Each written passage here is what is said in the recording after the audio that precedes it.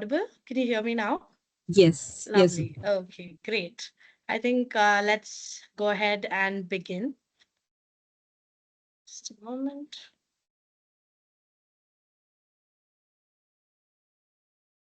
Okay, lovely. Good evening, everybody, and a warm welcome to our webinar on empowering women to shape the future of privacy and AI. Thank you all for joining us today. We're very honored to have an incredible lineup of speakers who bring deep expertise across privacy, cybersecurity, AI governance, and legal policy. Joining us today, we're joined with Ms. Gaia, Mr. Omar, Ms. Akshata, Ms. Vibha, Colonel Binoj Koshy, sir, as well as Manahil. Joining them as well is completing our panel is Ms. Neeru, Professor Balaji, and as well as Ms. Aruna. We're very grateful to have such an accomplished group of leaders sharing their insights with us today. So without further delay, let's on to the agenda of the day. So you can join DPO Club here. Please find the QR code. Please feel free to take this opportunity to join a community of top DPOs, CISOs, and GCs from across the world. We're a premier not-for-profit that works in the space of data privacy and security to raise awareness.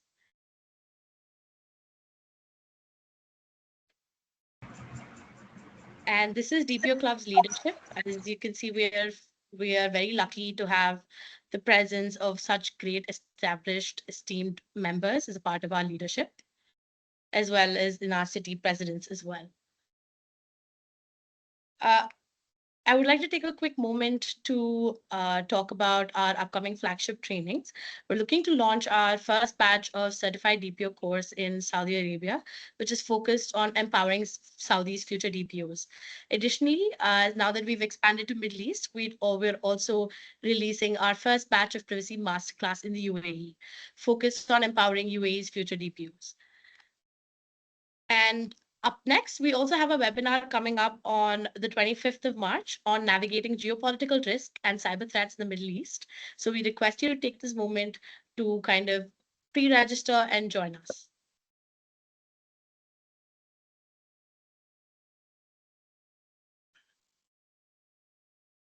All right, up next, we have our first panel. But before we go ahead, I would like to take a second to thank everyone and tell them Happy Women's Day.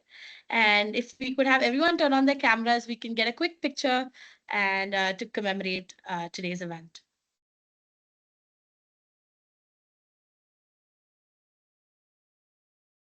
So lovely. I'm just going to take a quick picture. Just a moment. Just one more. 3, 2, 1.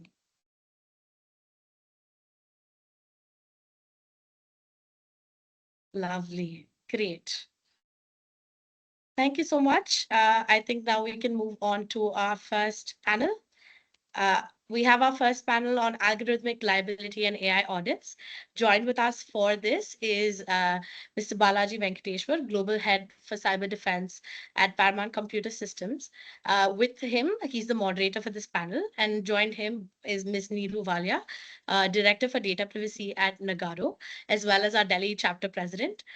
We also are joined by Ms. Akshata, who is also an equity partner at Karm Legal and is our UAE chapter president.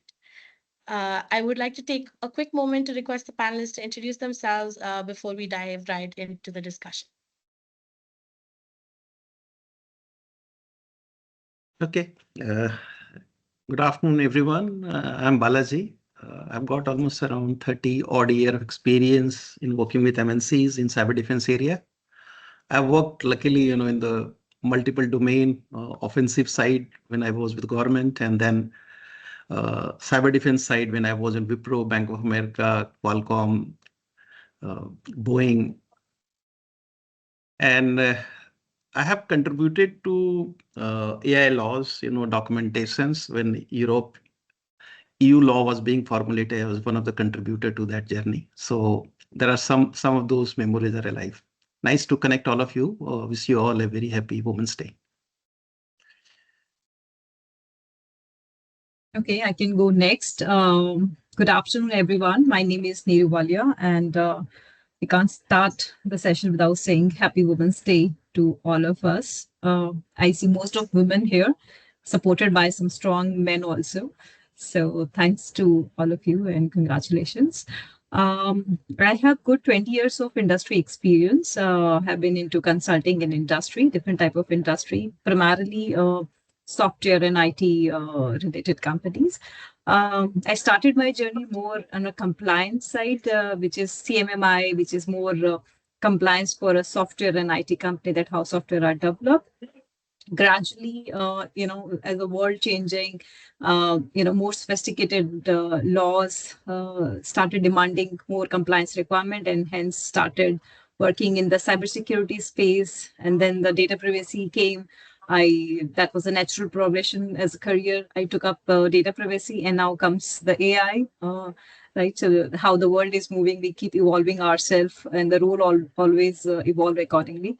So currently part of data privacy team, which is a global company, Nagarro, and is listed in Europe. So I mean, Europe rules, law and regulation definitely heavily dominate that how do we function. So leading responsible AI within my company. So that's what I am. I'm here to learn and share what I know. So thank you for the opportunity, DPO Club, for hosting this event.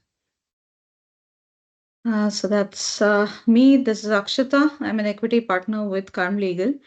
Been in UAE for the last 10 years, and as a firm, our focus has been on tech-based entities. And I think my foray into privacy was around the same time when UAE started and Middle East started inviting more and more players in the tech sector. Privacy went hand in hand with that. As a part of what me and my firm does, we advise many regulators on appropriate implementation of AI, especially AI in financial services, and privacy in financial services has been a major area of focus for us the last few quarters. And I'm very excited to be on the panel here today. I'm very keen to learn from the fellow panelists, and very happy Women's Day to all of you and me.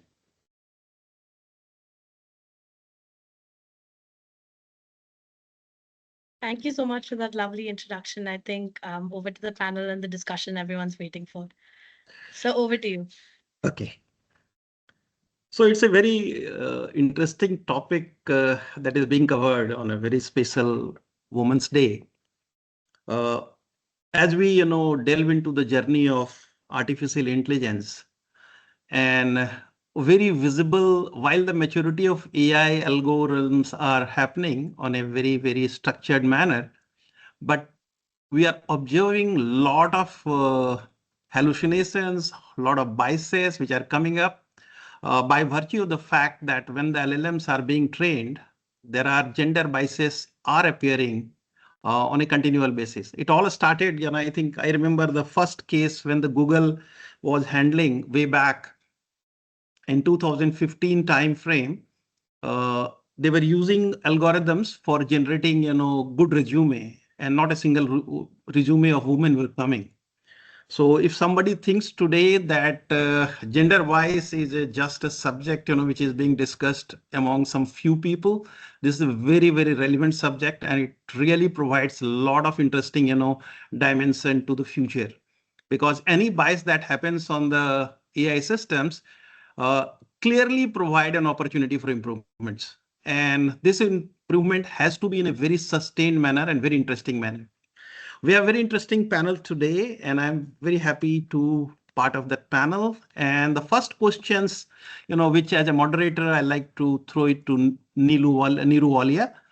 While we understand that algorithms bias are there, how much bias we are observing in the current design, all in hiring, trade, healthcare, and many more. Who in your experience, Neeru, is actually held liables? Who are the one who are liable party? And is it developers or deployers or both? Over to you, Neeru. Yeah. Thank you so much, Balaji, for this question, which is especially today on this Women's Day, this is even more special question to be answered, right? So I think before we start answering the question, I think we need to just step back and think about why it's only women and the sensitive groups are being considered and our risk of being biased, right? I mean, we never talk about bias for, it is only for women and the children. I mean, probably we are not talking about men being biased, right? So we have to probably go back into the history that uh, why there is a bias, right? And that's the bias in the society. That's the bias in the data that historically women have contributed to, right? So maybe would like to quote some of the studies which are based on the past data, right? And these studies are in different areas, right? So, for example, one study that I would like to quote is by Deloitte. When Deloitte did a research, and especially not in India context, I'm talking about more US and maybe in a UK, which is Western countries, more mature, open countries, right? So there also, I mean, this bias always existed, right? So the study says that there is a 44% men who are applying for a job when they see that they are not even meeting the required criteria, while there is a lesser women who are applying to such job when they see they are not meeting the criteria, right? So we are always holding us back, right? And similar statistics is for UK, right? So women tend to be more cautious. They are always, suspect to be more discriminated. They are not thinking themselves they are meeting the requirement and they are up for this. And there are similar criteria in adoption of the technology also, right? So men are faster in adoption to technology also, right? There's a research which shows there's a 25% lesser adoption in technology in women, right? Especially in this today's time when we talk about using AI, right? And I have personally experienced that, and some of my fellow colleagues, which they say when they use AI, they always feel that they will be judged that they are not competent enough because they are using AI, right? And that's something at a subconscious level that women how they think and how they operate, right? Men will jump on an opportunity even if they are only 60% matching the job requirement, while a woman would think, no, I need to match 100% of the criteria to really apply for these jobs, right? And these are not just jobs, right? Now let's talk about the financial decision making, right? So, and this is something I'm going to quote from EY India, and this is a very recent article that I read, which says that women tend to take financial decision 5 years later than a men probably would invest, right? So they would take a riskier decision when they have to invest on a financial instrument, while women probably will wait and watch, and then maybe they'll be 5 years behind what probably men would have already done 5 years back, right?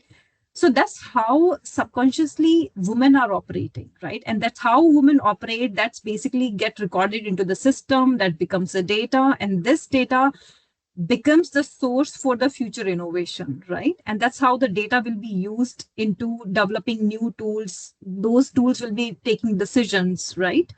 And then we are thinking, oh, are there any biasness? Are the system fair, right? So system are just going to exhibit what is the society, what is the women, what the people, how they are behaving, right?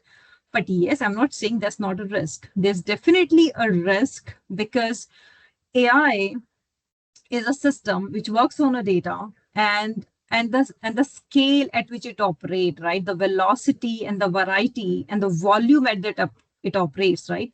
So this biasness which has been into the society is going to amplify it to manyfold, right? So this is the real risk that we are talking about, right? The world has changed significantly from the last 10 years, right? All the women sitting here probably will not have the same characteristic that I talked about, but that's a historical data, right? And when this historical data goes into the system, so system will read from the characteristics, they'll create features based on how people are behaving, and then they start giving the results, right? So, so this history is very important, and that's how we have this Women's Day to come together, pick up each other, just keep our morale high and be confident, and then don't lag behind, and we have to lead it now, right? So probably that's the change which is happening now, and probably the data will gradually start showing up this tests also, and this machine learning will start learning from the trends, and will probably have lesser concern about bias for this minority group or women and kids, right, who can be have disparate impact on any such system.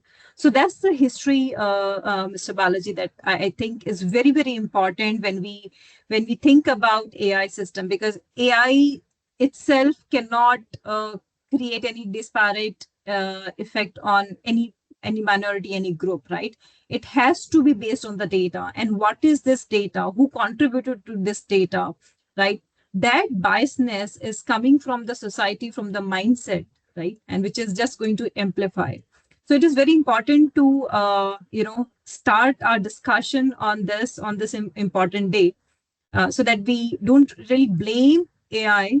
We blame how system has been, right? How the countries have been, how the thinking has been in the past, right?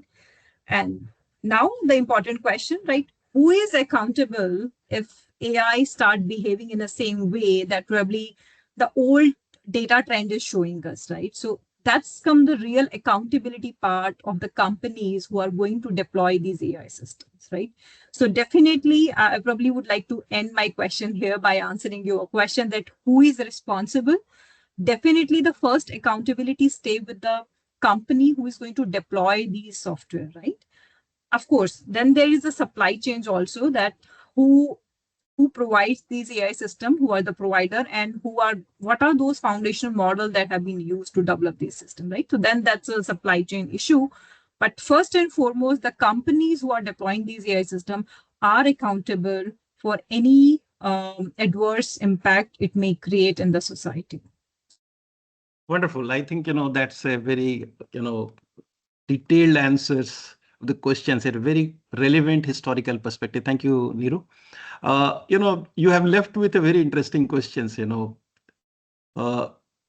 is there any law which actually provide that, features? I remember in my old days time, gender bias was being definitely covered under India, particularly in Article 15 of Indian Constitution.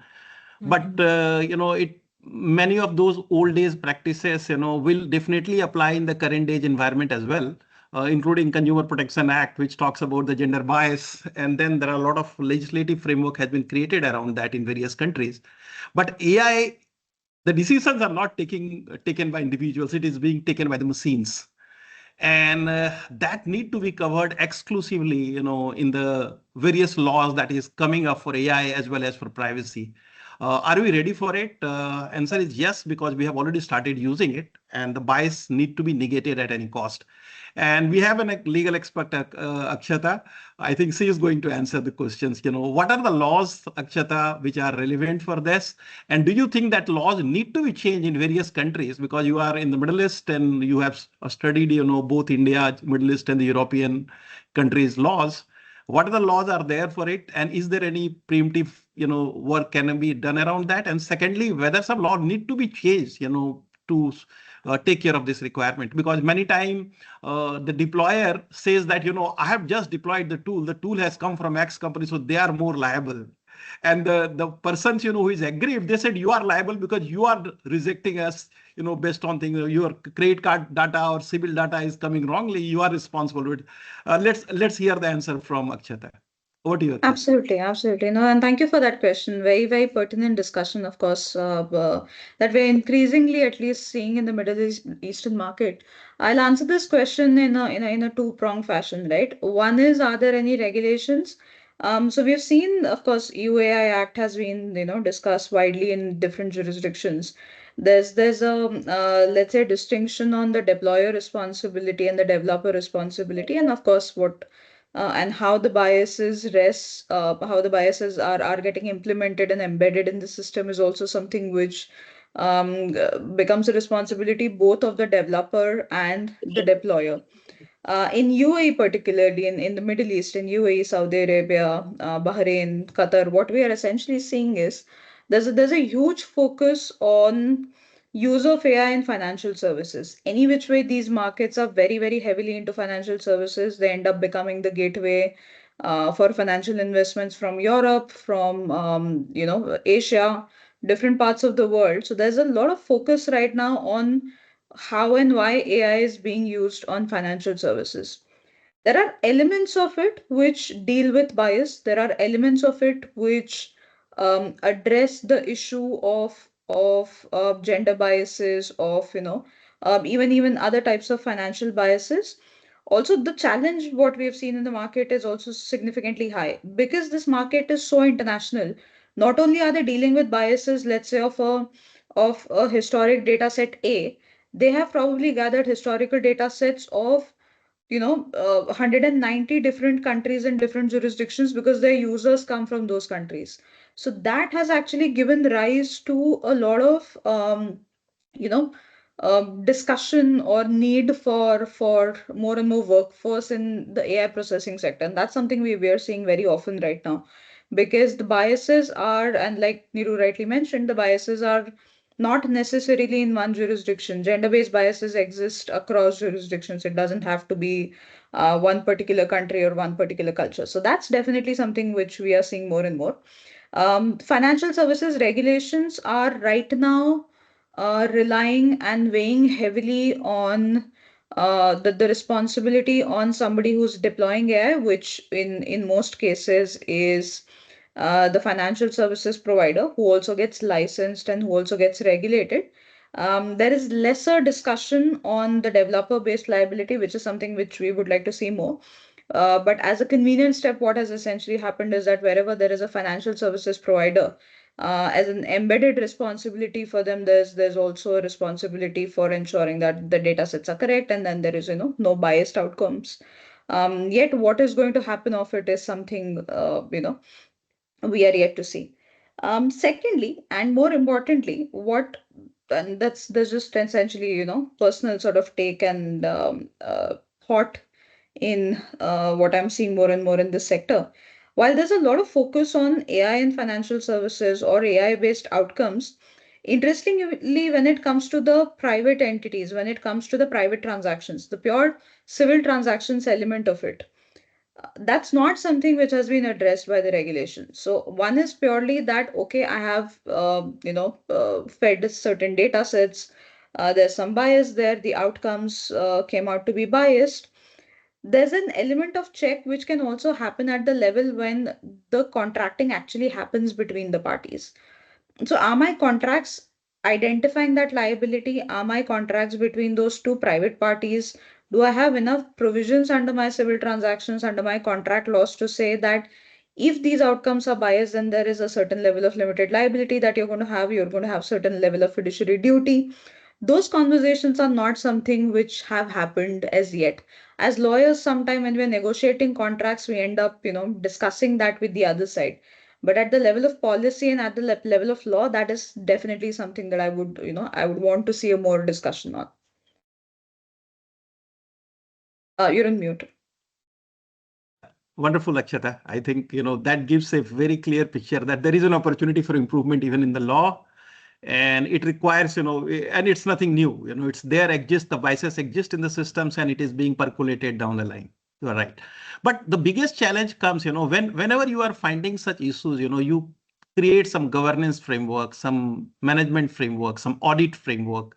And the next, logical question to Neeru is, what is the audit framework for it? How to test that there is a bias in the AI? How to test that there is an algorithmic bias in the systems, and the machine learning capability that has been built, and how to eliminate that? What are the best possible countermeasure around that? See, we need laws who can tell us what to do. We need some policy and governance which tell us what we can do, how we can do, right? So I'm talking specifically from India perspective, India jurisdiction. So do we have any law per se which tells us, is there any mandatory assessment has to be done, mandatory audit has to be done? So there is no such mandatory governance which are expected, right?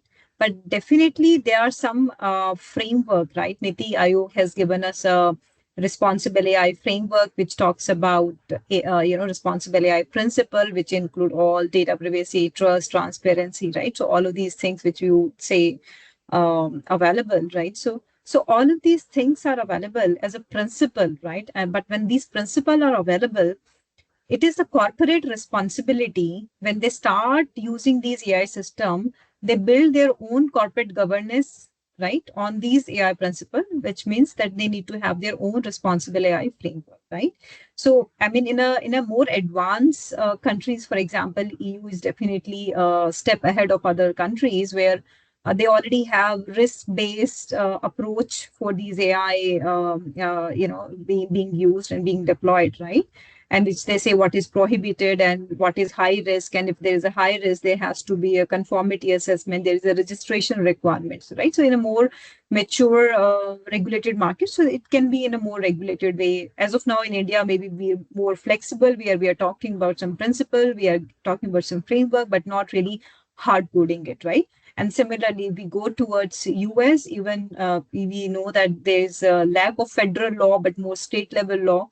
So there is a New York state law which is on hiring, which says if any hiring system is to be used, it has to be third party audited from a bias and fairness testing, right? So different jurisdiction, depending on their maturity, the risk level, they definitely can have more robust requirement on what they want, or they can leave it at a company because they want to leave some room from the innovation, but still responsibility lies with the corporate. You can't really do nothing because there is no law which asks you to do that. They are principles, so you are, and then on the top of it, there is a constitution, right, which gives rights to individual. In India, also we have equal employment right. We have a equal remuneration right, right? So you can't really say they may not be very pertinent to AI, but there are laws which are probably going to provide some safety net to people who are going to be impacted, right?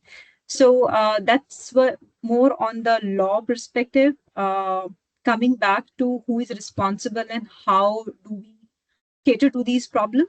So, so definitely these principles need to be adopted, not on paper, but more in practice, right? So, which means that there has to be someone being responsible within the company, somebody who is doing audit for these AI system, because before they go live, before they are being used, and when these audits are happening, and these audit has to be done at a different layers, right? So when we talk about AI system, so the inner more core is the data, right?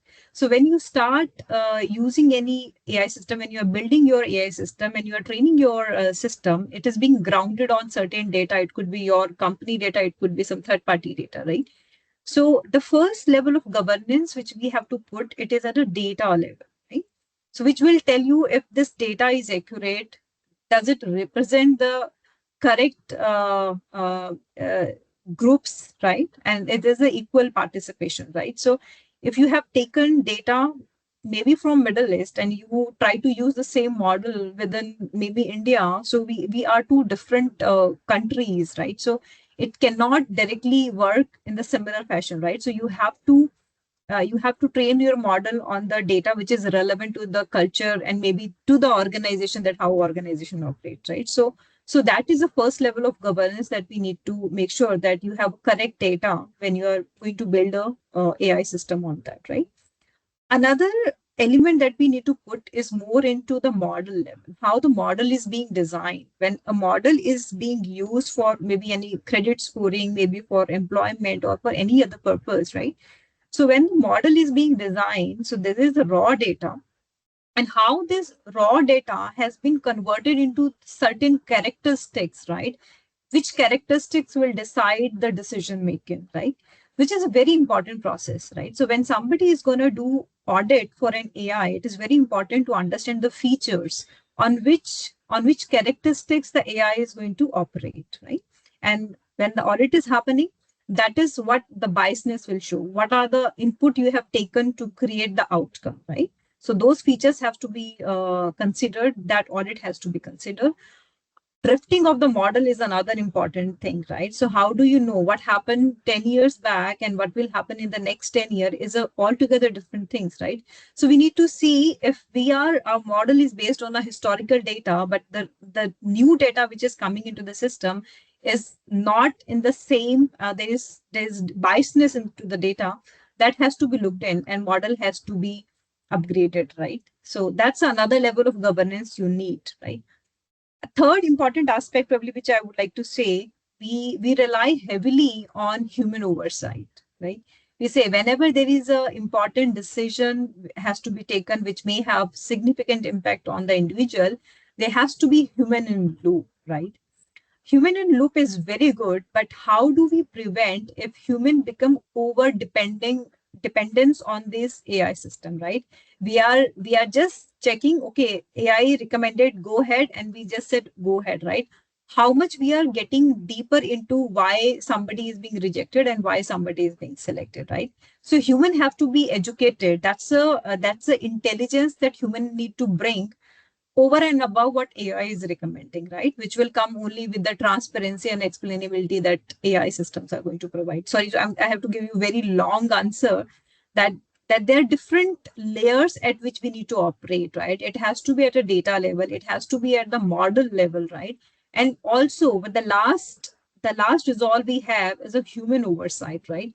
But how do we trust that human are able to even question the recommendation and the decision which is coming from the AI, right? They need to use their intelligence to question their intelligence to what AI is being given, right? So audit has to happen at each of these stages to ensure that, these fairness, biasness, model drifting, human oversight, all of these are working perfectly, right? As a coordinated activities to ensure responsible AI.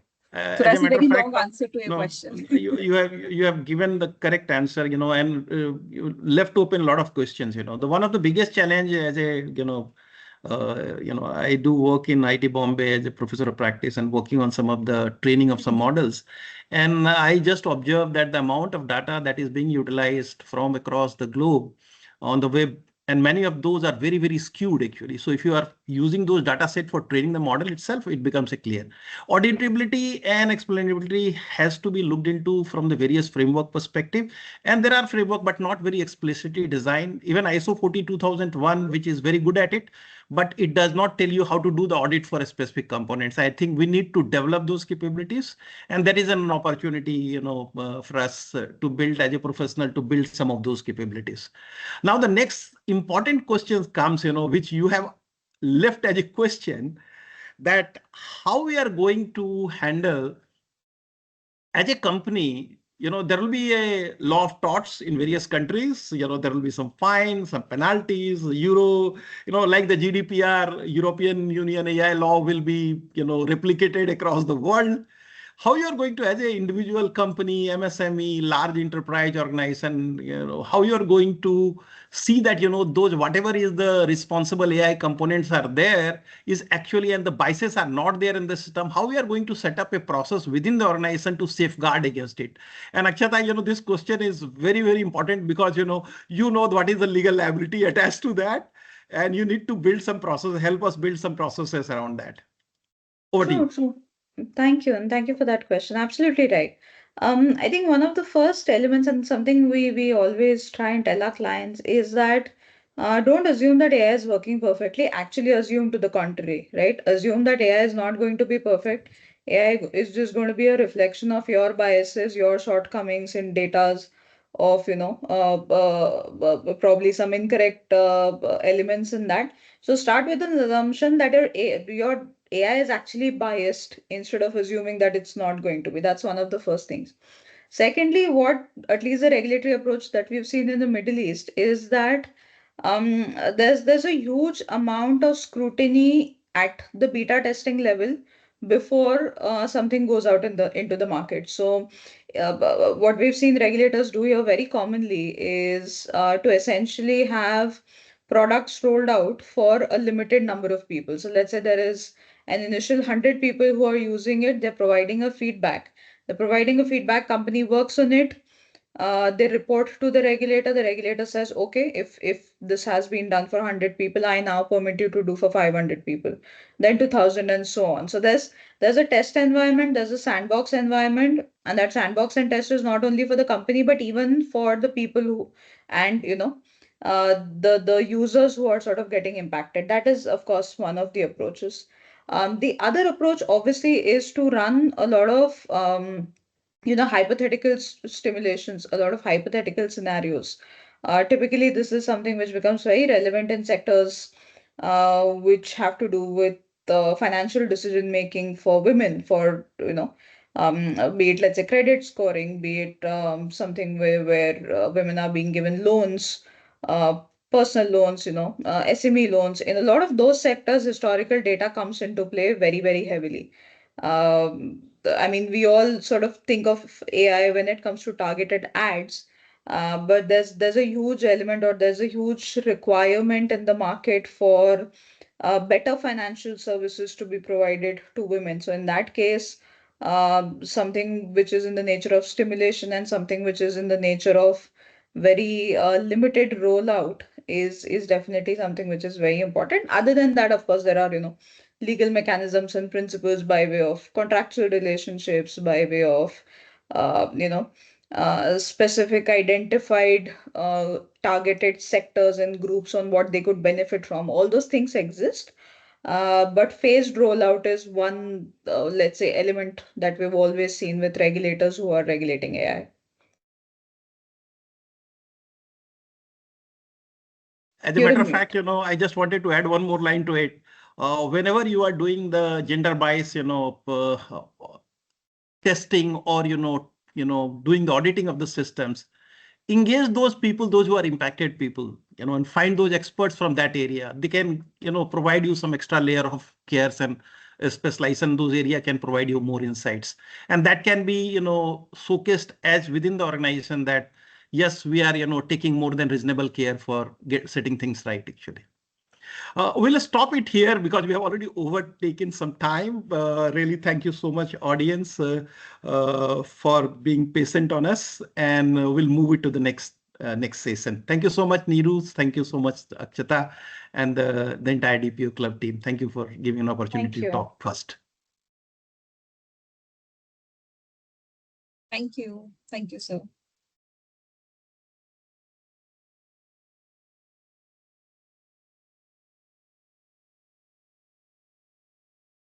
You're speaking on mute, Uttara. Hi. Am I audible now? Yes.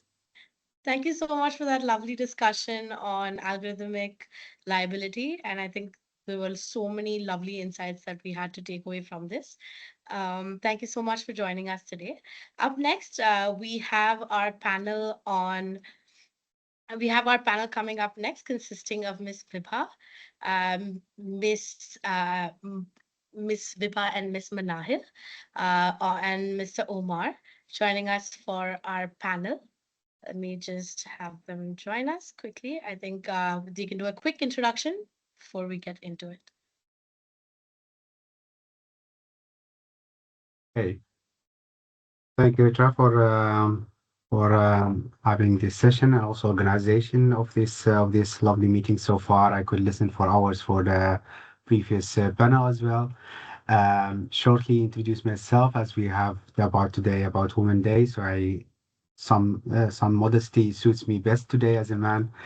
My name is Omar Ali, born raised in Middle East, working and living in the Netherlands for 30 years, current Chief Information Security Office within PostNL, which is a transport and delivery company, one of the biggest in the Netherlands. I would like to hand over to Miss Vibha, if she is also in the call. Yes, we are joined by Ms. Vibha and Ms. Manahil for this panel. It's on data minimization, and we are very excited to see what you guys have to say and for the lovely insights.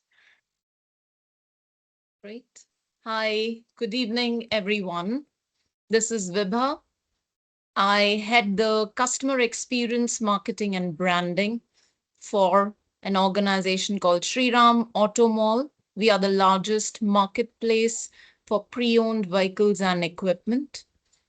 I have been working very closely with technology teams for over 2 decades in all the organizations I have worked in, banking, finance, and manufacturing, as well as e-commerce. So thank you for having me today here for this important conversation on International Women's Day.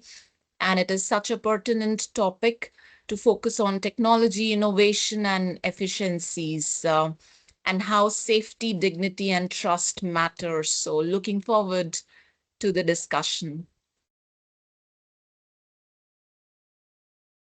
Thank you so much, everyone. This is Manahil Ahmed Khan, and I am the founder of a UAE-based consulting firm, Cybrix. Along with it, I am a partner on privacy and cybersecurity and AI practice at Tawazun Global, which is a Bahrain-based consulting firm. I have about 15 years of experience working in the field of cybersecurity, privacy, and very recently in AI and AI governance as its demand has increased in the region, specifically in Middle East for last couple of years. So looking forward to this important conversation and this discussion today. Thank you so much. Thank you for a lovely introduction and looking forward as well to it. Very privileged to be the moderator of this topic. So, Ms. Vibha, my first question will be to you as we are talking about data minimization. So, for women in unsafe situations, in my opinion, data minimization is a physical safety, is not just compliancy. So, looking to your great experience and broad experience, how seriously are organizations actually treating this topic? Thank you, Ali, for that question. Very important point. So, for many women, I would just set the context first that data protection is not just about compliance or regulation. It can actually be about physical safety, right? Because every piece of data collected about individuals, where we work, where we live, or health information has the potential to either protect us or expose us. So the real question is not just how much data can organizations collect, but how responsibly they choose to collect and protect it. So back on your question, in my experience, organizations are becoming more aware, but many still treat data minimization primarily as a legal checkbox rather than a safety issue. That awareness is increasing every day, but for women in vulnerable situations, I have been a POSH committee member in most of the organizations where I've worked. So, for example, survivors of abuse or harassment, for them, the excessive data collection can create real risk if that information is exposed or misused.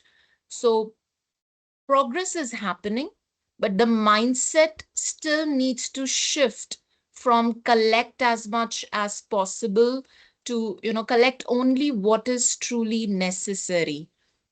And responsible organizations, in my view, are starting to understand that good privacy practice is also a good risk management and ultimately good leadership. So to hear the awareness is there and there's some movement and also hopeful what you are sharing with us. You have worked in banks and several companies.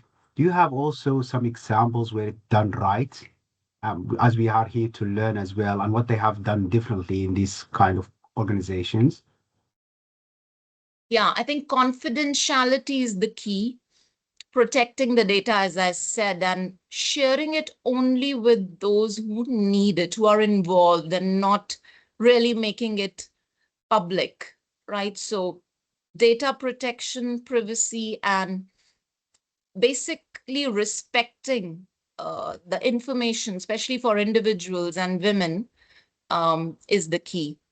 So some of the best practices, there are systems in place. It is not done manually. It is not managed on emails, or the communication is very restricted. And there are applications and systems now being used with the help of technology to protect that data, and access controls, of course. Yeah, thank you. Thank you. So I would like to shift to you, Ms. Manahil, thinking about or talking about the law. So I have worked also in different regions, as you just mentioned in your introduction, working for the Middle East, coming from a different country. So what does the law in these regions say about this topic, and where does it draw also the line? So thank you for the question. And just to build on the point that Vibha mentioned earlier about basically data minimization being more than a compliance requirement, the legal frameworks actually within the Middle East do try to set that boundary of how much employees data organizations can collect across GCC or Middle East, where my experience mostly is. Most countries have now data protection laws for some years now, and there is awareness around it. And those laws basically governs how personal data should be handled.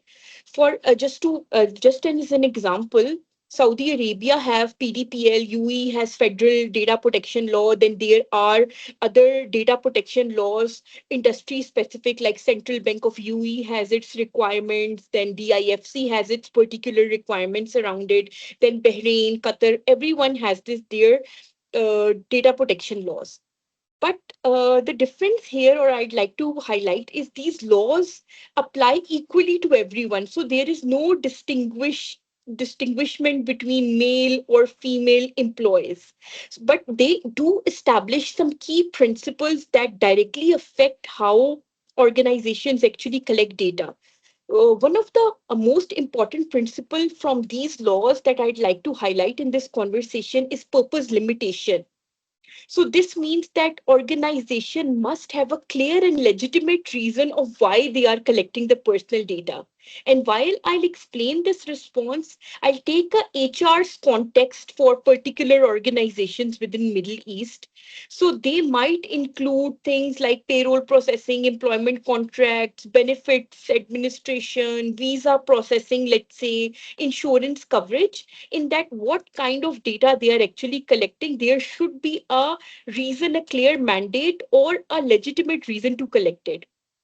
But since it is a law, and in actual practice, what if the organization start collecting additional information that is not necessary? Um, so that is something that I'd like from a law perspective. There is a principle in place, but in terms of implementation, there could be gaps in terms of how organizations are implementing it, specifically for women who are providing their information to the organizations that they are working with. And then, of course, the second principle that I'd like to highlight is data minimization, the topic that we are talking about today. So these laws have the principle around uh, collecting the data that really achieve the intended purpose, to be very particular. So relevant to this conversation, for example, maternity information, any medical health data disclosure, family related information, all of this falls under the sensitive personal data banner, and they require strong safeguards. But first, as I mentioned, a purpose limitation, whether it is really needed or not. So employees also have certain rights in the law, like, for example, right to correct the data, right to access, right to delete the data, and be informed of what kind of data they can restrict the processing from. So there is some legal structure within Middle East overall that protects overall data minimization cause and gives the organization a way to implement this as it becomes mandatorily required. Thank you, Manaha, for the extensive answer as well. Building on that, Ms. Vibha, about the collection of data, specifically about women, The most organizations are collecting more data about women than they realize. So yeah, Manahil mentioned a couple of examples. And in your experience, where these organizations most commonly cross the line? Yeah, thank you, Ali. That's important in terms of having a very thin line to cross always, right? So most organizations, in my view, don't really cross the line intentionally. Nobody wants to do that, right? But it often happens because of overcollection and lack of awareness, as I mentioned, and as Manahil was saying as well. So I'll give a couple of real life examples where, collecting detailed health disclosures when they may not be necessary for time off work due to sick leave, sickness, hospitalization. I think all the records are required if someone goes on leave beyond the policy, right? And not sure all that information is necessary for the organization to know each and every detail, the prescriptions to record, medical records, etc. Second example I can give is, storing maternity or again relating to women specifically, if we say the maternity or medical records longer than required. Um, there has to be a very clear defined timeline for retention of such data. And that's where I see most of the organizations do not have a policy, a clear policy. Um, Also, gathering personal information through HR systems that multiple teams can access. So access control, what kind of personal data for each and every individual is being stored has to be really closely monitored. Um, so the challenge is that data once collected tends to stay forever, even after employees leave. The organizations continue to have that record uh, when it is not required at all. So all this is not being done intentionally. I think it's a matter of policy, procedure, and having very clear guidelines on how to retain and dispose such data, personal data. So that is why data minimization is so important, because every unnecessary data point becomes a potential risk later. So thank you mentioning the importance of retention of the data, a very important topic. At the same time, I'm hearing you saying it's not intentionally, which is of course good to know. But the question still for me is this accidentally then or systematically? It makes it different if it's happened by accident or there is a systematic behind it. So, in your opinion, what do you see there in organizations?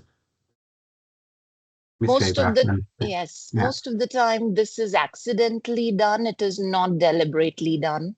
As I said, uh, there are organizations which are getting conscious and aware, and they are redefining their policies and procedure.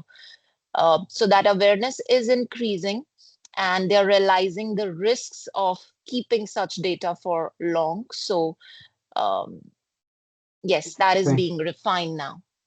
thank I'd you. like Thank you. to Yeah. add a point here.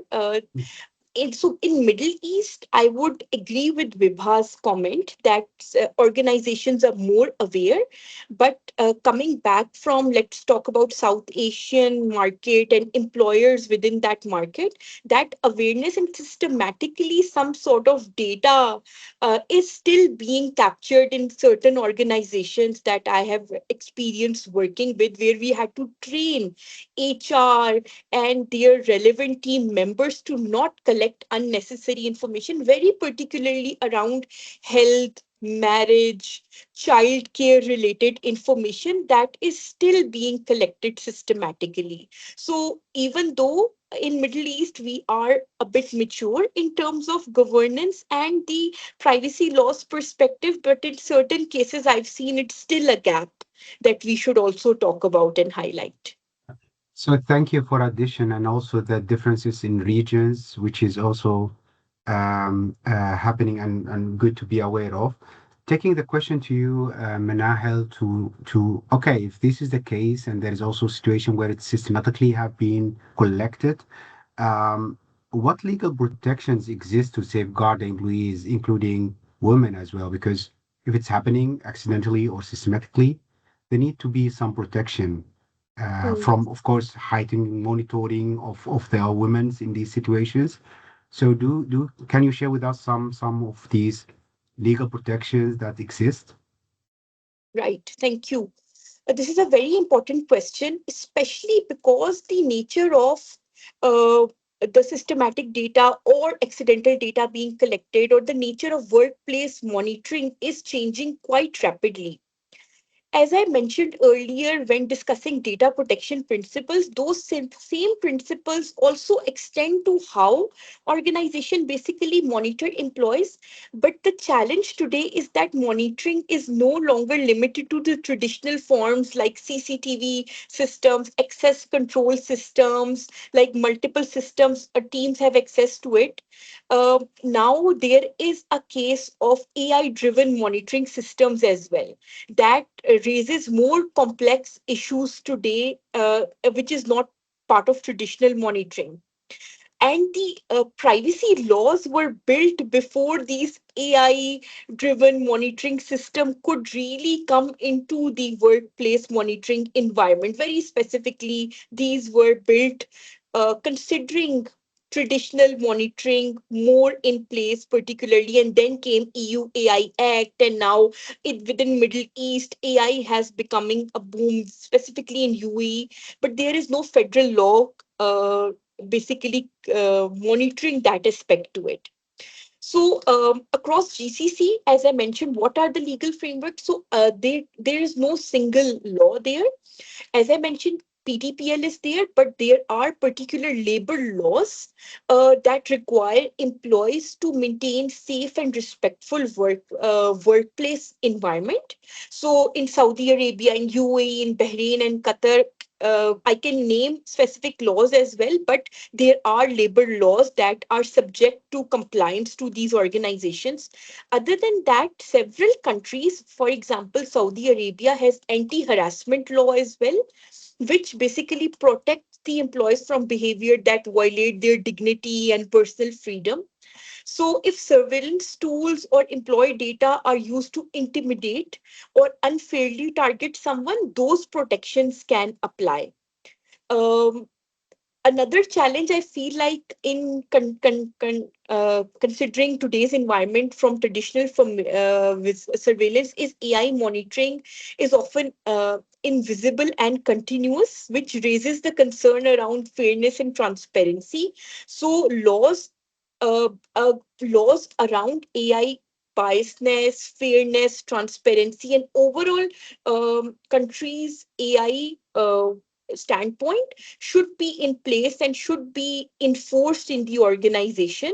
That would we would be able to then see the real shift from visible monitoring to invisible algorithm oversight. As in the previous discussion, AI audits were discussed, AI frameworks were discussed, and that is why organization will then implement stronger governance control to the technologies. And then overall, more employers will have more particular rights to their data. So a question raised during your conversation, what you are explaining, to what extent are women aware of their rights when it comes to regarding surveillance in your based on your experience? Right. So within Saudi Arabia, you'll be surprised to know that the population here are very aware of their rights. Very specifically, in last 2 years or so, I would say, when PDPL came into effect, and the way the overall culture or setup has started to advance with the modern settings, the women here in this region are very aware of their rights. Very particularly, I'm talking about big metropolitan cities. However, this would lack in the regions if we go further, in particular regions which are smaller cities, smaller regions, or do not have a lot of exposure. So it varies from city to city, but there is a good percentage of women within Middle East that know their right, that know what are anti-harassment laws or labor laws, and are not afraid to speak up. That has been my experience. Thank you. Thank you. Moving to the last question, we have a tight schedule here, and it's a lovely topic. I could listen also for hours for this topic, but let me close with you, Ms. Vibha, about the last question I have. Can data minimization principles, as they currently exist, actually protect women from technology facilitated abuse, or is the law simply not designed to go that far yet? And maybe I got as well afterwards your opinion, Manahil, on that. But let's start with Vibha first. Sure. Thank you, Ali, for asking that question. So we did talk about data minimization earlier. It is definitely a powerful starting point, but by itself, it cannot solve the entire problem of data protection, in my view. So, technology facilitated abuse evolves very quickly, whether it is, I would say, misuse of personal data or online harassment or stalking. The kind of online fraud is only increasing every day. Different new types of uh, ways are coming up on a daily basis. So what we really need is a combination of strong privacy practices, better governance, and continuous awareness, in my view, which is coming, especially in India now with the DPA. That awareness is going to definitely increase across different sectors and organizations. So if organizations, reduce the amount of data they collect and protect it responsibly, they significantly reduce the opportunities also for the misuse. So data minimization may seem like a simple principle to start with, but in reality, it can, act as a very strong first line of protection, in my view. Your message. Thank you. Closing with you, Manahil, for the same question. If you can give your take on that. Sure. Thank you so much. As Vibha rightly mentioned, uh, I would like to just add that apart from privacy laws, there should be an adoption of formal AI governance frameworks formally enforced on a country level rather than individual organizational efforts like ISO 42001 or any other acts that are applicable. But I'm talking very specifically about Middle East. That combination of privacy and AI governance framework to include things like not other than traditional surveillance or traditional way of collecting data, but also covers the area of bias testing, transparency on automated decision, human oversight. I think that if go hand in hand, would protect women in digital workspaces or in organizations very practically. That is considering the data they're giving in a traditional workspace and the technology that is being used to enforce any kind of employers related rights. So ultimately, I think it very closely aligns with the International Women's Day theme, right, justice, and action.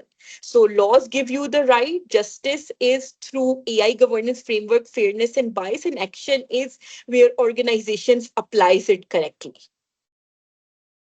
Thank you both for the time and the lovely conversation I have enjoyed so far. And handing over back to you, Uja. Thank you. Thank you. Thanks.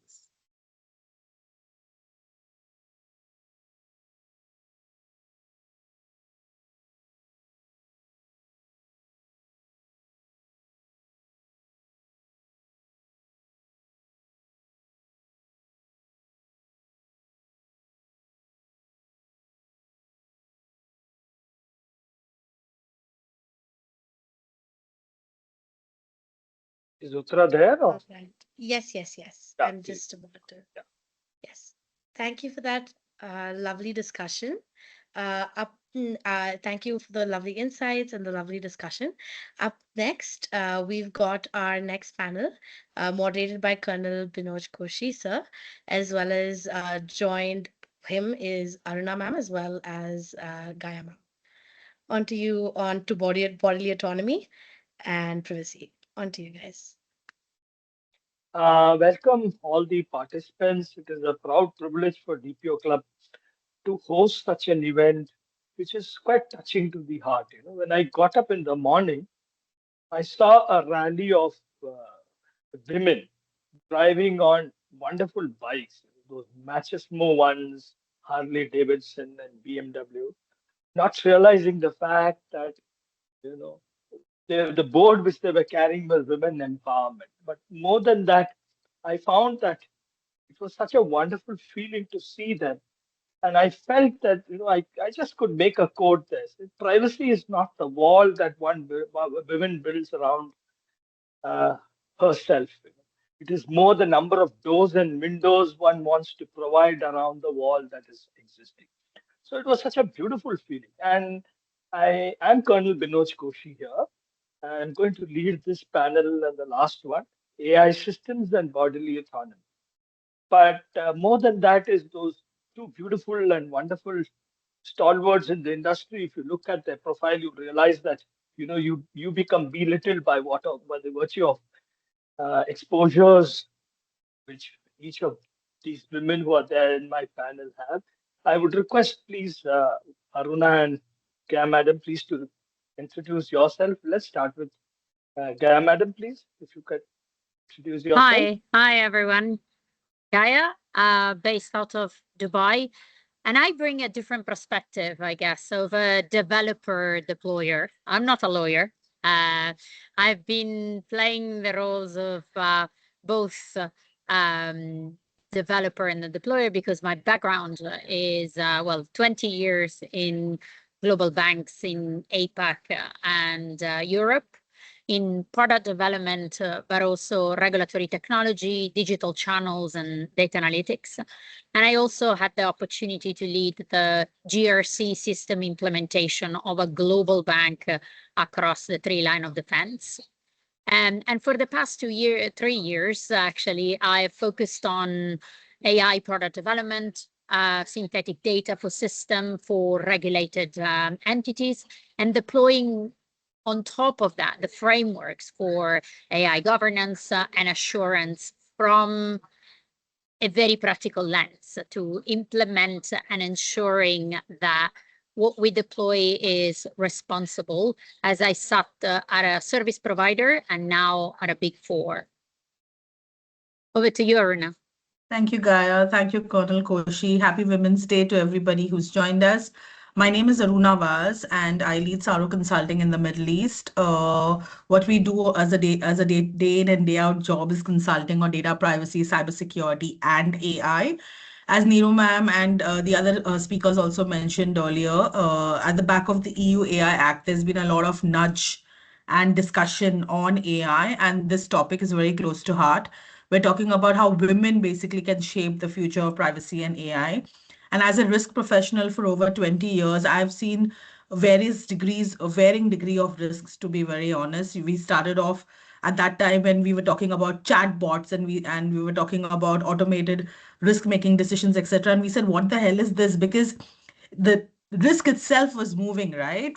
It was taking new shape and new form. And then everything that we're talking about today, right from the digital journey, the evolution of mainframe computers or anything, right up to AI right now, there has been so much of change, and risk managers and privacy officers, etc., stand right at the border to ensure that these risks don't impact business. So this topic has been very close to my heart from that perspective, and mainly because we are talking about bodily autonomy and discrimination or disparity, etc., for women, right? Women have always made it a point to speak up for themselves, and there are lots of male allies, like we've got Colonel Koshy, we've got Omar, we've got Professor Balaji. These are male allies who support women and make their voices being heard in boardrooms. So thank you very much for this opportunity and really looking forward to our session. Over to you, Colonel. Yeah. I'm Colonel Binoj Koshy here, and I spent about 32 years in the Indian Army I'm a veteran now. I'm a digital forensic expert. Privacy. I have chosen privacy as my pursuance of goal after my retirement, though I've got law background. Gaia ma'am, I have my first question to you. Primarily, this is around the bodily autonomy with respect to when we look at consent as a requirement when it comes to that. Now, you would agree that regulatory lag does exist. The regulatory lag is there in across all parts of the globe, including India, and on all forums where you have been working. In fact, the digital frontage has moved faster than probably legal and ethical frameworks. And, and probably what has happened, there is more to a yes or a no when we look at consent is concerned. So my question to you, ma'am, is that what does consent even mean in the age of AI? And if platforms are built without safeguards and women are harmed as a result, who's the true person who can be held responsible? Is it time we stop putting these burdens on women themselves? Yeah, and thanks for that. I think for me, like just was said before in the previous panel, consent, just like data minimization, cannot be reduced just to a checkbox or that small print that we're all used to see at the end, nor simply as the opt-out. Because if a platform or a product team knows from the onset that because their system could be used to exploit or impersonate sexualized profiles or manipulate women and actually men as well, for that matter, then responsible AI and consent must be built at the very beginning of the product development lifecycle. So it has to be built into the design of the system itself, so into the data choices, the user journey, the safeguards, the escalation path, the testing and the governance, because too often what gets built instead by organizations is building for scale, for the growth, for that engagement, rather than the consent. And only later, once the abuse happen, and is obviously too late because it's already happened. And if I think of Grok, for example, what happened there, then, well, they all scramble to find a solution. But then the duty of care for any builder has been lost and hasn't really happened. So when women are armed, I do not think that the first question should be, did they protect themselves enough, or did they consent clearly enough? The question should be, why was this system specifically allowed to be launched without that adequate safeguard in the first place? Because the onus should be on the people that will profit from the systems, build it, approve it, and go and claim that they are saving or changing the world. So that means the responsibility needs to sit on those that are at the company leadership, the product engineer, but also the regulators, because they need to provide that framework and the boundaries for that accountability. So I will add one more thing on this. It cannot only be a tech issue or a policy issue if something like this happens. It's also an awareness issue across the wider society. I think it was touched upon that. I still go crazy when I see some of my friends posting images of their children on social media. And I'm like, do you not know that, especially in this age, they could be scraped, manipulated, deepfake, or used in ways that down the line, they haven't given their consent. So I think discussions like this are critical to raise that awareness, because responsible AI has to begin before the product is built, and people need to be aware of what they are doing and posting. So then, we can hope for a better outcome for everyone. Thank you. Thank you for that perspective. It is probably given us a global perspective of what the question which I asked you. Aruna ma'am, I now switch over to you. Yeah. Over the past decades, we have seen a regulatory earthquake. A large number of regulations that are coming up every day. And by your exposure sitting in the GCC country, and UAE and Saudi Arabia have been one of those countries who have brought out large number of regulations to ensure that there is a safety for women, especially in the AI scenario and from the privacy perspective. Mm-hmm. So my question to you is, Aruna ma'am, is that what what does the law in your region currently say about AI generated content that target women? And where are the biggest gaps which you can probably highlight and give us some insight into? Okay. Thank you, Colonel, for that question. I'd say the protection for women in GCC countries is indirect, and I'll explain why I'm saying that. So, I think Manahil covered that in her session as well. So, UAE does not have any specific AI deepfake law focused on gender-based harms, but there are several laws indirectly that apply.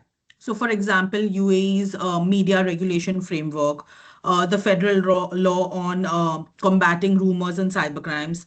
These laws prohibit use of digital technologies, which include AI, obviously, to spread any sort of misinformation or defame individuals or harm reputations. So, penalties, for example, under the cyber crime law includes imprisonments and fines. And that's why I said protection is indirect. What I mean by that is the prosecutors rely on general offenses. Likewise, for Saudi Arabia as well, they do not have a dedicated deep fake or an AI image law targeting gender based harms at this point in time. Enforcement basically relies on anti cybercrime laws or anti harassment laws or the PDPL. In practice, AI is used to generate generate sexualized images of women, and they can be persecuted, sorry, as defamation or privacy violation or cyber harassment. If we look at the other regions in GCC like Qatar or Bahrain, Oman, Kuwait, even they do not currently provide a clear definition of what is AI generated synthetic media harms. So there is ample evidence, and I think Gaia mentioned about one as well, right? There are ample evidence that AI-generated sexualized content is available. It affects women. The Guardian recent analysis also showed that millions of people around the world have created and shared deepfake nudes, for example, using the messaging app Telegram. The biggest gap I see sitting here in Middle East is most laws don't define what is synthetic media, what is AI impersonation. They define impersonation, but they don't define what is AI impersonation, what is deep fake. The laws also do not recognize gender-based digital violence. Yeah, everybody here knows that women have been subject to violence always, right? Whether it is physical or digital or online, etc. But examples such as non-consensual deepfake pornography, for example, or let's look at AI nudification or synthetic harassment campaigns. These are not covered by any law. Most recently, I know that UK has been, right at the forefront, criminalizing creation of explicit deepfake directly. So UK is taking a stand. We do have the EU AI Act and stuff as well. There are regulations available, but regional regulations that I see focus on individual perpetrators. They don't focus on platforms. So that's where I see the gap is. So if there is a lack of mandatory AI transparency, few Middle Eastern countries require, there's small things that they can do, right? Disclosure of synthetic media, model safety testing, as Gaia was talking of. I think we also spoke about audits of our AI systems, watermarking of AI images. I think small things like these, would really help. These measures do appear in the EU AI Act framework, as I know, but they're still developing in the Middle East. So I'd say that there are gaps, but in terms of protection for women specifically, it's very indirect. There is no law directly, addressing these issues. Thank you very much, Aruna ma'am, for giving us that perspective. Especially, we have got a lot of learning to be done from these GCC countries by virtue of the DPDP law being implemented in India. Okay, ma'am, this is a direct question to you, and by virtue of your experience on the wider front I think there could be no one apt to answer this better. Frankly speaking, from my personal experience, women are the one who generate large amount of information. For example, the e-commerce industry rely on your shopping patterns and behaviors to generate a lot of their algorithms. And it is but fortunate, I would like to say, that women actually generate the maximum biological data. My birth date is assumed from the women. So, but I'll just put an Indian scenario to you. When a woman becomes pregnant, there's a lot of excitement and all of those. And the women today start tending to subscribe to apps. So large amount of fertility information, health information gets populated on these. And it is unfortunate that wherever these are going are being fed into the AI algorithms to generate many more requirements. So my question is, women do generate most intimate biological data, or in maybe health with regard to fertility, kids and all that. In your experience, how are organizations governing this data differently from, let's say, as a male entity like you? Because it's actually different. I think, well, the truth of what I've seen is that in many organizations still do not govern this data in any different way or differently enough.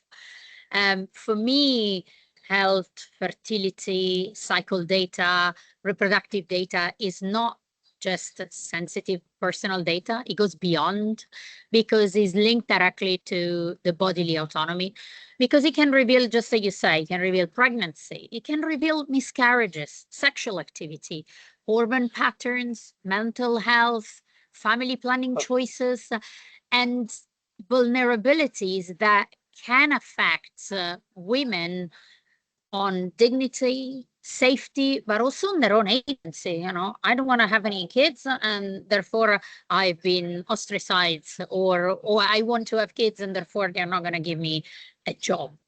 So once then we put AI in the picture, the issue is not only what data is collected, it is what can be inferred from that data, predicted from the data, and then linked to, or as you said, commercialized across, choosing patterns and so on. So that is why I think this kind of data should be treated immediately as at risk.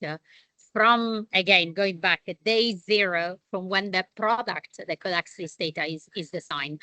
Again, I go crazy when I see those free apps on cycle tracking, pregnancy planning, and whatnot, and just people inputting their data there. I personally don't use it because I am afraid of my data. I don't want my data to go there and be used without, going back, my consent.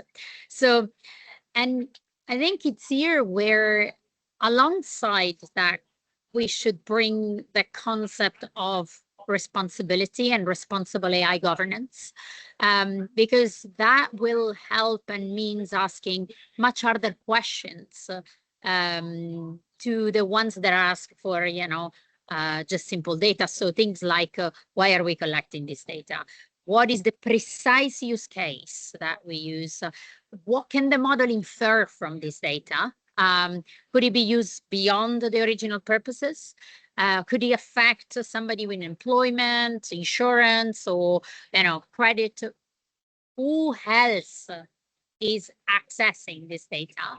And then what happens if it's leaked, or the data is wrong, or if it gets repurposed and taken out of context? So too often the company focus on the raw data collection, which is great, and protecting that raw data, but the interferal risk of the data, then I don't think is protected enough and is completely ignored. So in my view, this data should be governed not through a generic privacy thinking, but through a more responsible thinking. And that, as I said, will help not only take, intimate biological data, removing the risk, but actually, as we know, is going to enter the AI ecosystem, at least will help us answer the question of autonomy, dignity, and also control over one's own body, because that's my choice to who I say, what I say, and for what purpose. Perfect. Thank you, Gaia. You've spoken out of your heart, and I wish the cues are taken by the industry to understand the feeling of women when such data is exploited. Aruna ma'am, I have a different question to you. Uh, uh, in the Indian scenario, we have what is known as the DPIA, or the Data Impact Assessment. When I was talking to many people in the forum, I even thought, I had a loud thinking whether we should have a gender impact assessment prior to adopting privacy practices. That's a loud thinking thought which I did. But in your case, you would see that there have been biases by virtue of the AI model, especially when it comes to when involving women and the right to women is concerned. So my question here is, as AI system increasingly influence decisions across areas like healthcare, employment, finance, public service, uh, what right do women have in a jurisdiction of that nature? If that is so, do you think that there are challenges to these automated decisions making which they take, and whether there is a bias in it? What is your opinion by virtue of your experience that you've seen across the GCC countries? You're watching India now, you're watching the European countries. From that perspective, I have taken a cue from what Manahil was mentioning in her previous panel with respect to women in the Middle East. At least I've specifically seen them, and Manahil has said that as well, has vouched for it as well, that they do have a voice, they understand their rights, and they do challenge those as well. So let me quote, like under PDPL, there are a number of rights that data subjects have, right? And in this case, we're talking about specifically about women as a data subject. So one of the right that the PDPL gives the data subjects is right to be informed about AI processing. I'll expand that a little bit. So individuals have the right to know how their personal data is used, including when automated systems are involved. So what it means for a woman like me is, like, if an AI system is evaluating a job application for a woman, then if the decision taken is automated using an AI, I should receive a notice that an automated processing is taken place. Yeah. And I should be aware of that. So that's the right to be informed for me. Yeah. So let's look at right to access the data used by AI. So PDPL gives individuals right to access their personal data that influences the decision making. So these rights basically include access to personal data, correction of inaccurate data, deletion of data, restriction on processing of data, etc. So what it means for a woman like me, if a hiring algorithm rejects me, due to incorrect information, say example, educational records or past employment history, etc., I should have the right to request the underlying data and ask for correction. So that is the right that PDPL gives me as a data subject. The next would be right to object to automated decision making. One of the most important protection, it relates to decisions made solely by an AI. Yeah, the UAE PDPL or any privacy framework basically provides right not to be subjected to decisions that are based solely on automated processing, right? Especially when they significantly affect individuals. So, for example, in Saudi Arabia, the PDPL provides safeguards in.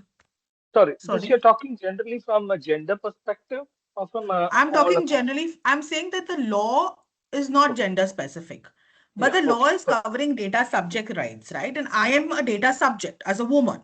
So how how it applies to me as a woman is what I'm trying to bring out in the forum. Yeah, from that law, taking cue from what the law is giving me. Like, for example, when I say that if an AI system rejects, say, my loan application, I should have the right to say, I want human review of my loan application. That is what I'm trying to say, Colonel. Does it make sense? Is it giving you context of how I'm explaining what I mean by the rights that we have? Yeah, and then also right to explanation or right to and transparency. Like for example, it's not always explicit, but regulatory guidance is increasing, right? It requires organizations to explain how AI decisions were reached, how we arrived at a certain decision using AI. So what it means for me is if the algorithm or the AI rejects a female candidate for a job, me as a female candidate should be able to request an explanation of the criteria that was used for rejection, the criteria that AI applied. So I'm trying to say women, we face, uh, continue to face a number of structural risks, right? Rights are gender neutral. They're not gender protective. From that perspective, Middle Eastern laws often require general transparency. They're not asking for detailed algorithmic explanations. There is no clear regulation on AI bias testing, right? So it's mainly soft governance framework is applied, if I can say. There are no binding regulations, so as to say. So the law itself is soft governance, whether it's for women or whether it's for men. So I'm trying not to make it women specific, because the law itself is not like that. So that's the reason why my response is also in such a manner that, like this, there are a number of systems that possibly are being used by corporates to generate automated decision making. How can I protect myself as a woman? Is I can rely on laws such as the PDPL, because they do have rights for data subjects, and I am a data subject, right? In that instance. So how can I use that law to protect myself is what I was trying to explain with my response. Yeah. Thank you very much. I would like to actually continue with these two beautiful ladies, but there's no time. There's a time constraint here. Okay, I'll address my last question to both Aruna ma'am and Vibha. What comes out from Aruna ma'am's talk is that it is better to have a shield rather than a sword in the privacy regime. That's what is my take from what you have been trying to tell. Okay, privacy is no longer seen as a luxury. It is a structural requirement, as what Aruna ma'am says. And rights, justice, and action should be part of it. And that's probably the reason why the theme for 2026 of the International Women Day was give to gain. So that's the theme that is around rights, justice, action for women per se.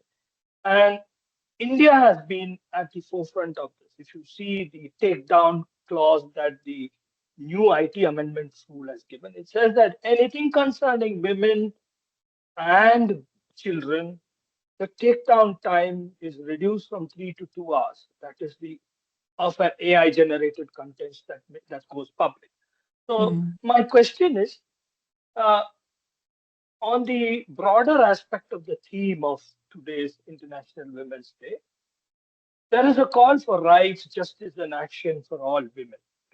In your experience, what is the single most urgent action regulation in your region or across the globe that is required in this present advent of AI and women's rights?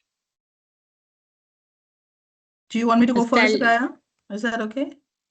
Yeah, I sure, go think first. Aruna, Yeah. Aruna Okay. ma'am can go ahead. I think from me, one single most urgent regulatory action would be a mandatory requirement of algorithmic impact assessments. So we're talking about data privacy impact assessments in the privacy frameworks. I'm talking about algorithmic impact assessments with gender bias testing before the AI system is deployed. As Gaia was mentioning in the opening, only she mentioned, right? Before it is deployed, we need to ensure that there is a mandatory algorithmic impact. Why I'm saying that, without mandatory assessments, organizations can deploy any tool, right? They can deploy a tool that's relying on historically biased information or data sets. They could exclude women from their data set. So there is so much of inequality in the society that women are facing. They could replicate societal inequalities in automated decision making. So I think an algorithmic impact assessment would require every organization to evaluate the risk before they deploy, whether it's gender bias testing, whether it's human oversight, whether it's explainability, whether it's independent audit, as Neeru ma'am was saying, etc., etc. And the theme, rights, justice, and action for all, what it basically means is it's delivering these three pillars within the algorithmic impact assessment. One is rights. Women gain the right to understand and challenge the algorithmic decision. Two is justice. Bias and discrimination can be identified and can be corrected before deployment. And 3 is action. Regulators create enforceable obligations rather than voluntary guidelines or soft governance. That would be the call for action. That's the response. Thank you, Aruna ma'am. We take these points specifically, and if we get an opportunity with the minister in India, we will surely take this up. And this is a wonderful point that you have conveyed, and probably it has been missed out in the DPDP law of India. Let's hope this recording goes viral and your point is heard. Yeah, madam, can you give your input, please, on the question? I'll tell you, maybe call me a dreamer, but what I would love to see is a regulator making women's participation a requirement, not a nice to have in the design, governance, testing, and the oversight of the AI system. Because I say that because too often we get treated only as the people to protect after the harm has happened, rather than the people who should be there at the beginning to shape from the onset. I mean, who better than us can help define what is dignity, fairness, consent, and autonomy, and what that would look like for us as women, for our daughters, for our sisters, and, you know, for the future generation. So yes, participation and more women in STEM, more women into that, into the field. Yeah. Thank you very much, and it was such a wonderful 3-panel discussion. I leave the forum open now for questions from the audience. Do we have time, Aruna, for some questions, please? Thank you. Uttara? Thank you, Cornel. I think Uttara has collected some questions from the audience. Let's just hear from Uttara. Thank you, Gaia. Thank you, Cornel. Thank you very much. It was really wonderful leading the. I request all the panelists stay on stage. We have a few questions, just 3 questions that we would like to have everyone answer, come together and answer with us. And we will do that. It's lovely to see everyone on the same panel. Very nice to have everyone here. Can we just get a quick picture before we start? Big smiles. 3, 2, 1.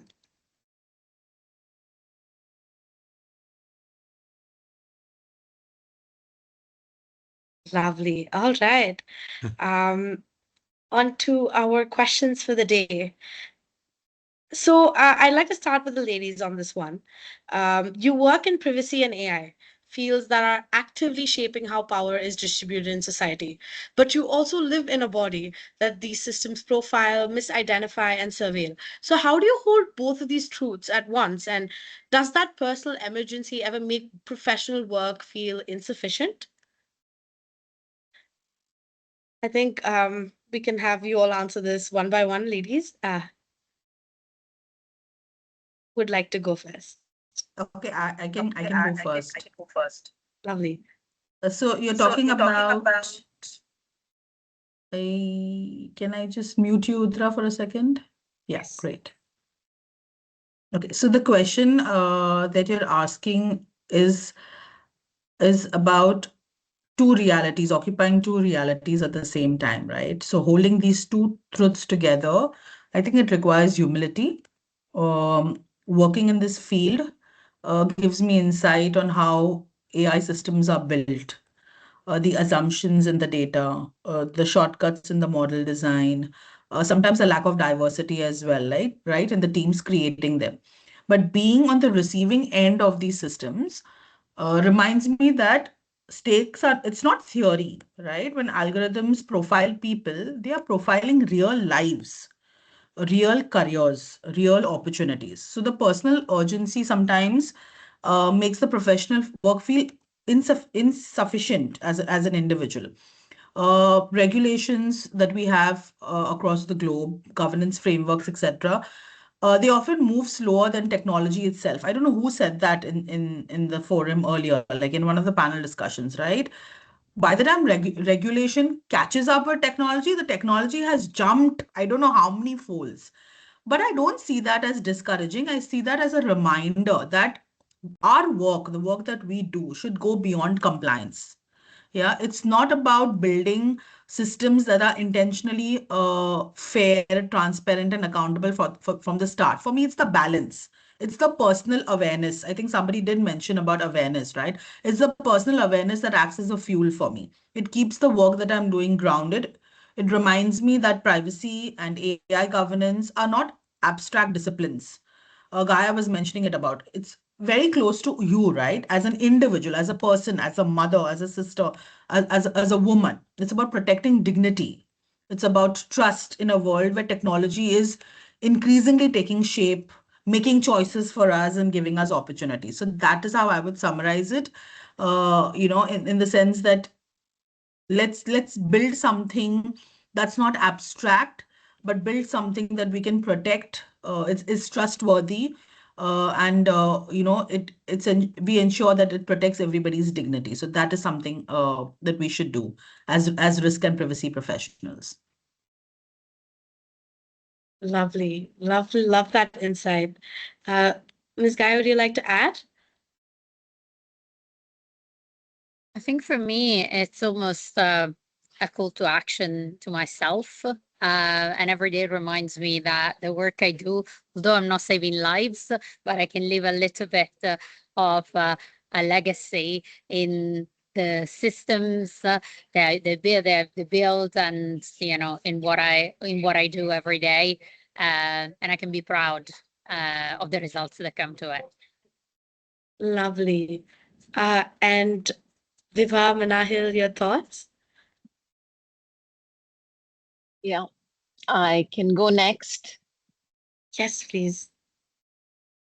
So, that dual reality is something many women in technology experience. I think professionally we work on shaping systems and policies, but personally we also experience how these systems can, profile or misidentify or monitor us, right? We discussed all of it in the earlier discussions. So in my view, rather than seeing it as a contradiction, I see it as a reminder that technology is never neutral.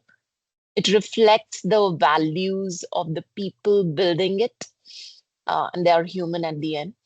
So, that personal awareness actually makes the work more meaningful, because it pushes us to ensure that AI and data systems are built with fairness, empathy, and diverse perspectives at the table. Thank you so much. I add to it a little bit as all the ladies have provided their perspective. So working in privacy and AI does give you a very unique perspective. But at the same time, you are the person who can be affected by those very systems as well.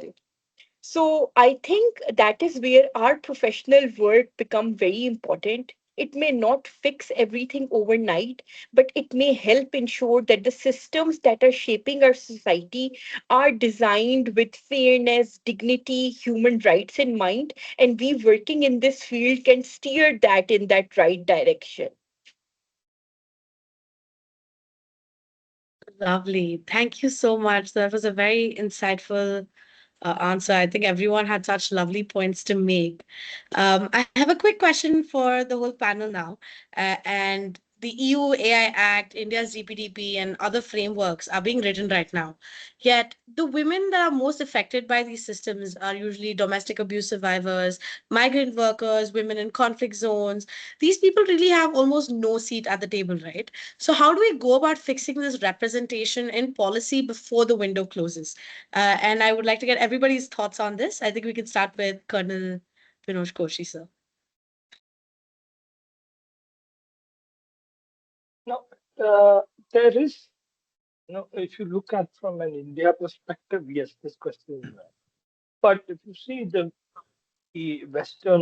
Westerners have actually, found themselves more, and there is a lot of things that we need to learn from the Western world. But insofar as from a global perspective is concerned, yes, we do consider them as women being exploited by virtue of it.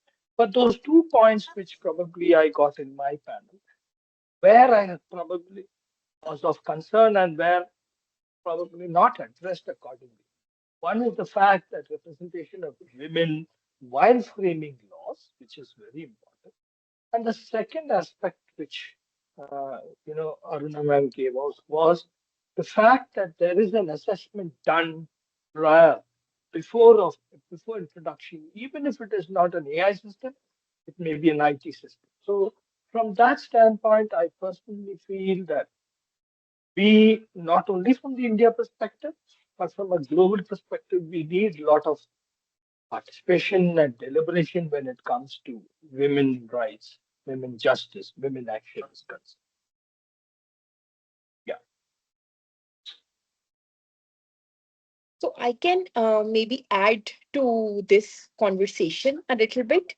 So there are a few important points that we can actually consider. First is that the policy makers, as you rightly mentioned, that policy makers need to go beyond the traditional methods of including different parties to decision making, but they should also think about the other important stakeholders that have lived the experience of such vulnerable communities. They should be the ones or should be actively involved in women advocacy groups or setting up the policy governance, as Aruna or previous panel mentioned about it. The second point that we should also think about is the impact assessment needs to be more inclusive. As it was rightly mentioned earlier, gender based impact assessments or societal risk factor based impact assessments should be considered, whether certain laws or systems could expose survivors of abuse to surveillance or profiling risks. So, first on a policy level, then on an assessment level. And the third is we need more diversity within the technology and policy ecosystem in itself. Like, for example, in terms of regulations, AI researching, privacy professional, policy advisory groups, more women and underrepresentative groups should be present in the role so that there is a natural shift to particular perspective. So that is my take. Three key points that we can take from this conversation. No, I would just let like, me, sorry, Go ahead. sorry, Go Go ahead, Professor. Aruna. yeah. You know, there are some issues in the technology. When the technology has been created, let's go into little realm of the how the LLM has been built. When it started, they took the entire data set, whatever was available in the web. Large data sets, largest possible data sets means everything what is available in the web. Now think about a situations where some of your languages, some of your cultures are not represented in the web. Will definitely the model will not be trained for it, and it will continue to have a bias against them. So that is one first, biggest challenge that we faced when we were looking for, the nuances of a Punjabi versus English, when the facial expressions and the words expressed are way different. Western world, the way they speak, the Arabic world, the way they speak, the way they expose their facial and, various, signals, those are not very consistent. And that will continue to be there as a bias, so long this LLM, which has been trained on some data set, which are more Westerner data sets, will to have. And that will create a need for indigenous LLM, large language model, which India is definitely building around it, and IT Bombay is definitely putting a lot of effort around that actually. And we are seeing that, there are those biases can be nudged, by adding it. The second challenge that, comes in this LLM world, because the deployer is having a trained, system which they are going to deploy in their system. So the auditability has to be ensured at the deploy, the one who created developer level, not at the deployer level, because that is where the bias has been created. I'll give you an example for that. With that, I'll close the statement because I don't want to take more time on it. But MIT did one study on ISO 24037 027, which is a very specific, bias management, for AI and any testing that happens on LLMs. And then when they found the result, it was actually going against the males. The male pronouns was not even available in the entire data sets. And they were surprised that, how it is possible. And then, GPT-4, which has come, which is much more secure, much more, positive towards, negating those gender biases. So these are, technology will continue to grow faster than you and I can think of. And AI models, by the time you get up tomorrow morning, things will change altogether. But it is our prerequisite to see that, the governance models are created based on the lesson learned. And some of the groundbreaking changes has to be done at the global level. One of the example I'll give you, the most of the photograph that is coming, deepfake that is coming, unless you do the digital signing of each one of those photograph and videos, you will continue to have the fake videos. Now, that will continue to be there as long they don't change the systemic rules. So there is a need for significant change at the law level. And it cannot be changed only at the testing level, because unless it is mandated by the law, people will continue to do it. I'll give you one last example on that. I did one study where 35 models has been validated for the same statements. And I use the IP address of US. I use the IP address and the different virtual machines of Europe, Arabic, Indian. So seven continent, almost 6.5 continent I covered. Results were all skewed. So the American system is saying X, somebody is saying X minus 1, same tools. I'm not talking about other tools. Cloud is giving 6 different answers for the same problem statements from different locality. So the biases continue to be will be there, and we need to build some strong laws around that will focus, force, the LLM makers to change the style the way they are working currently.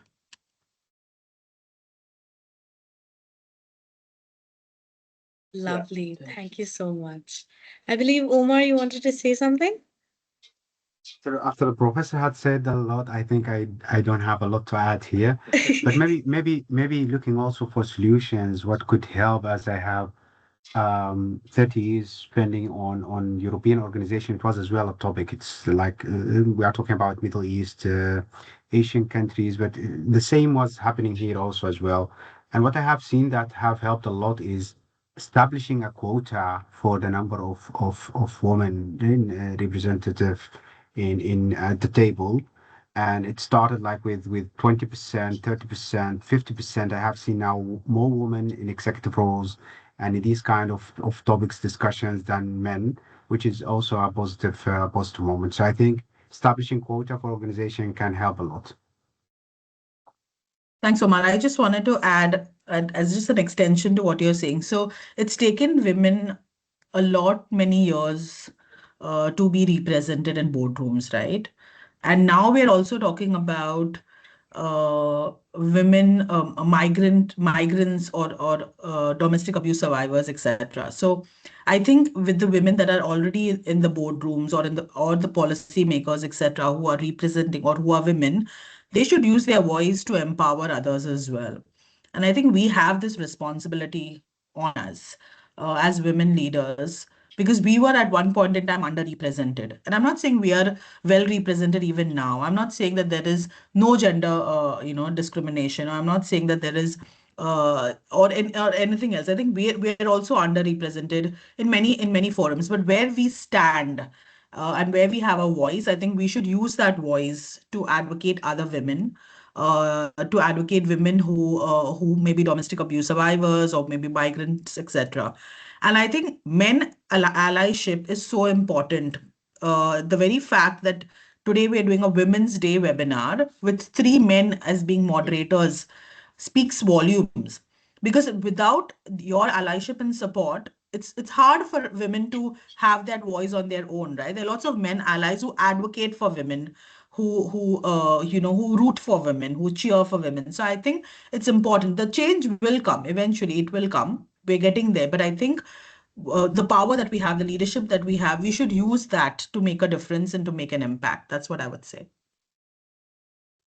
Lovely. Thank you So, so Utra, I much. would just like to, add Yes, just please one go brief ahead, line to that please. amazing discussion. I think a lot got covered, but in summary, it applies to anything. It's quite universal, not just in the case of misrepresentation of women, but if any policy that is designed without the voices of those most affected the systems will reflect those gaps sooner or later. So inclusive policy making is not just fair, but it leads to better and safer technology governance for everyone.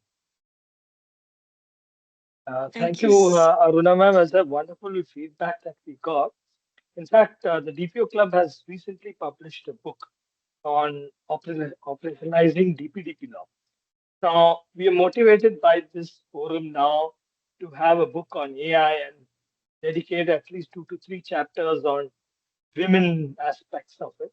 And we will bring out this book very shortly. Thank you very much.